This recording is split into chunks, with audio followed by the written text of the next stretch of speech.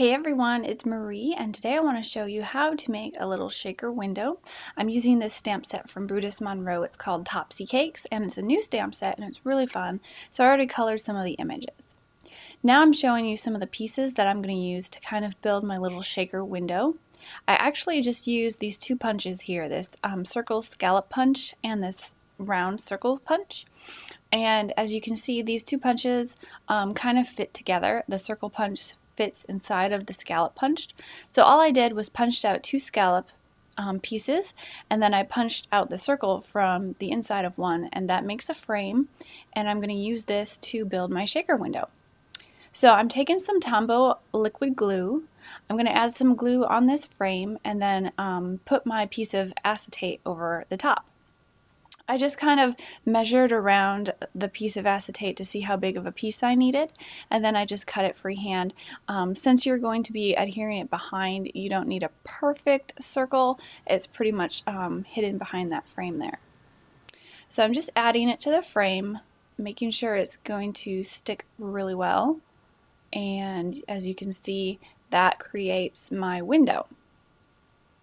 Now to add the shaker bits to your frame, you're going to want to take some foam adhesive, and I have some tiny little strips here that I've already cut. And one really great tip that you might want to remember when you're using the foam adhesive to build a shaker window is remove the backing paper first before you put it on, because it makes it so much easier to move and to mold that foam adhesive around the circle and shape it so that it can cover all of your sides, if that makes sense.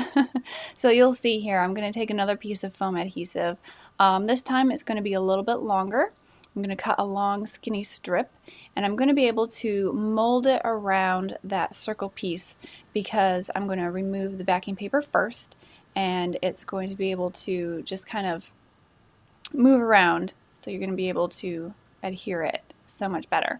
And another tip you might want to think about is when you're putting your foam adhesive down, make sure you leave no gaps because you don't want your sequins to fall out.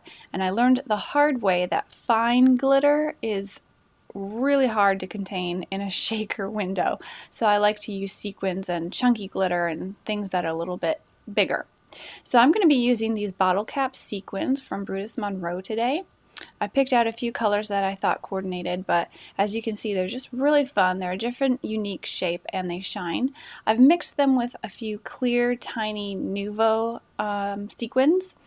These Nouveau ones I think are diamond. They're just really tiny, and they kind of pick up whatever color that you're working with. And I'm sorry that my camera went a little bit blurry here. It'll focus again in a second. But once you have your shaker bits inside your little window, you just put the back on, and that creates a fun little shaker window or a shaker pocket. And you can adhere that to your card, you can make tags out of it, you can put a ribbon on it, make it a tag all by itself. But I'm going to be putting it on a card today, and I did speed up this part just because it's just a lot of adhering down. Nothing too fancy. I took a few pieces of scrap paper from my scrap bin. I'm layering them on a piece of craft cardstock, and this craft is slightly smaller than an A2 size card.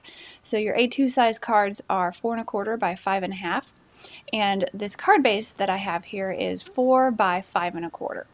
So even though I have a little bit of that cardstock hanging off the edge, it's going to fit nicely on my card base in the end. So I'm just kind of gluing down all of my elements here. I've got this cake that I colored with my Style File markers from the stamp set Topsy Cakes. I just thought they were really fun images. I love these big cakes that are really kind of wonky and fun. I'm making a cute little birthday card, and I'm putting some of these little cupcakes around there as well. This one cupcake I'm going to adhere with the foam adhesive again to give a little bit more dimension on my card. And then I'm going to put the sentiment down as well.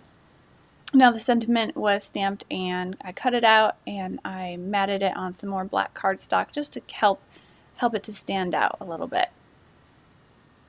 So this card, as you can see, most of the work goes into, I would say, coloring and making the shaker window.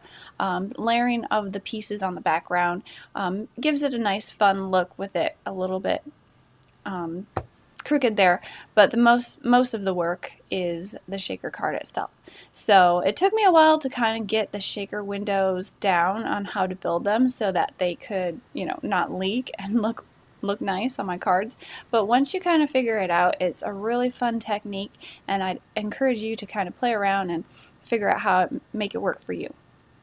So I'm just going to adhere this down to my card base, which is a black card base. And I would say if you're going to use a black card base, you should probably put a white insert on the inside so that you can write with a regular pencil or pen and have it still show up. So there's a good tip for you if you're using a card base that is black.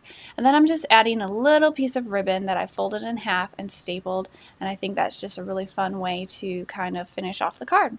So thanks for watching today, and I hope you'll come back next time. Have a great day. Bye.